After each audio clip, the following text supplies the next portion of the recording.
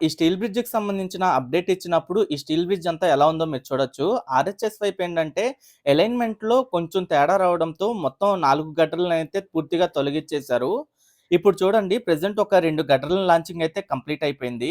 ఇంకా మిగతా 2 గట్టర్లు కూడా లాంచింగ్ చేసి, దానిపైన డక్ షీట్ ఏర్పాటు చేసిన తర్వాత రీఎన్ఫోర్స్‌మెంట్ వర్క్స్ అయితే స్టార్ట్ చేస్తారు. రీఎన్ఫోర్స్‌మెంట్ వర్క్స్ కంప్లీట్ అయిన తర్వాత ఏంటంటే, కాంక్రీటింగ్‌కి అయితే రెడీ చేస్తారు. 500 టన్నుల కెపాసిటీతో ఉన్న భారీ క్రేన్‌తో ఈ గటర్ లాంచింగ్ అయితే జరుగుతుంది.